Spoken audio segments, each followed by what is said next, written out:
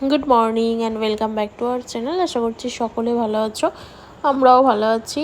তো আজকে হচ্ছে দীঘাতে আমাদের শেষ দিন। তো আজকে সকালবেলাতেই ঘুম থেকে উঠে চলে এসেছি একদম সমুদ্রের পাড়ে। আর এখন তো জোয়ার চলছে, সকালে বেলা 12টা পর্যন্ত জোয়ার থাকবে, নাবা তো যাবেই না। আমরা সেই সমুদ্রের পাড়টাতেই একটু বসে গল্প করছিলাম আর অনেকক্ষণ সময় কাটালাম। তারপর আমাদের এখানে 7:30 থেকে ব্রেকফাস্টের টাইম আছে, কিন্তু 7:30টায় তো অত সকাল খাওয়া যাবে না। আমরা এলাম তখন 9টা মতো বাজে।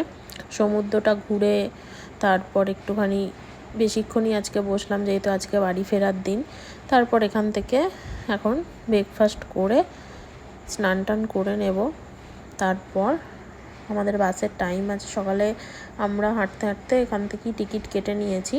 বাসের টাইম রয়েছে 11:15, আর আমাদের চেক আউটের সময়ও রয়েছে 9:30। তো এখন আমরা ব্রেকফাস্ট করে নিই।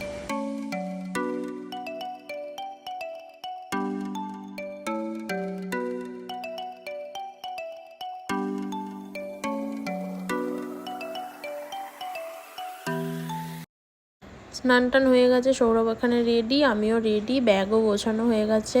কাল রাতে কিছুটা গুছিয়ে নিয়েছিলাম সাজগোজের জিনিসপত্র, আর বাকি জামা কাপড়গুলো আজকে গুছিয়ে নিলাম।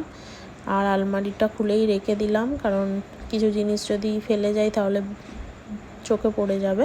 তারপরে এই দিকগুলো সবই একদিক থেকে একদম ভালোভাবে চেক করে নিচ্ছিলাম, কারণ সৌরভ এখানে দেখে নিচ্ছিল যে কিছু ফেলে যাচ্ছে কি না।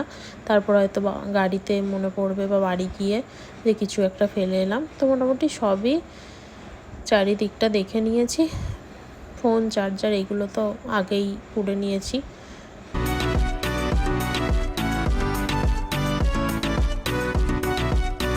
চারিদিকটা দেখতে দেখতে ব্যালকনিটাও একবার চোখ বুলিয়ে নিলাম।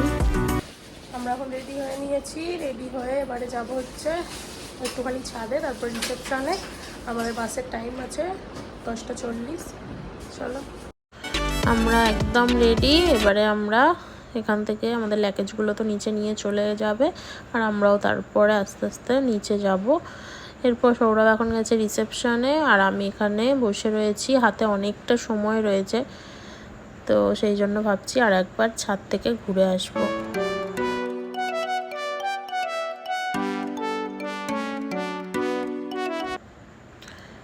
সৌরভ আর আসেনি, আমি একাই এলাম। যতবার দীঘা আসি ততবারই মনে হয় আবার কবে আসবো। চলে যাওয়ার দিনটা বেশি সব থেকে কষ্ট হয়, মনে হয় আবার কবে আসবো।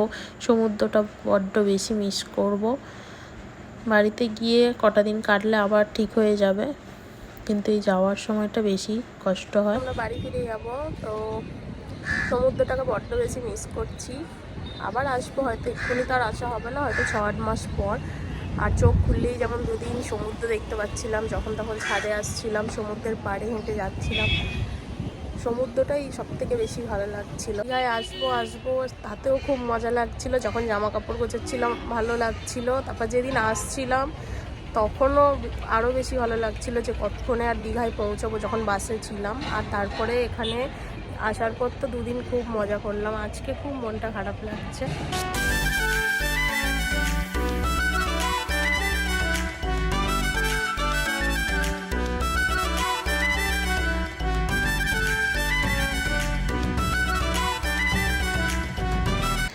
তো এবার আমরা বাসে উঠে পড়েছি, আর আমাদের বাস ছেড়েও দিয়েছে। এখন আমরা চলে এলাম কোলাঘাট। বেশ খানিকক্ষণ ঘুমিয়েও পড়েছিলাম বাসে, আর অনেকটা রাস্তা চলেও এসেছি। কোলাঘাট থেকে আমাদের বাড়ি মোটামুটি 1 ঘন্টা মতোই লাগবে।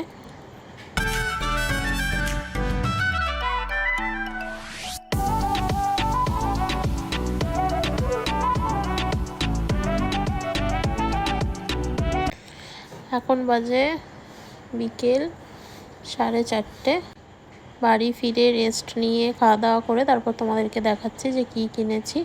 তো এই হারটা কিনেছি, আর সাথে কিনেছি ক্লিপটা, আর এখানে নিয়েছি এরকম পুঁতির মালার হার দুটো নিয়েছি। আর সাথে এরকম পুঁতিরি কানের। এই হারগুলো একটু মালাগুলো বড় মালা, তো দেখতে খুব সুন্দর লাগে, শাড়ির সাথে ম্যাচ করে পরলেও ভালো দেখতে লাগে সেই জন্য। আর সাথে নিয়েছি এই আয়নাটা, এরকম আয়না একটা বাথরুমেও লাগানো আছে। তো আর একটা এরকম আয়না নিয়েছি। আর এখানে নিয়েছি 3টে ব্যাগ, একই রকম দেখতে, 2 ননদের 2টো আর শাশুড়ি মায়ের একটা, 3টে একই ধরনের হ্যান্ড ব্যাগ।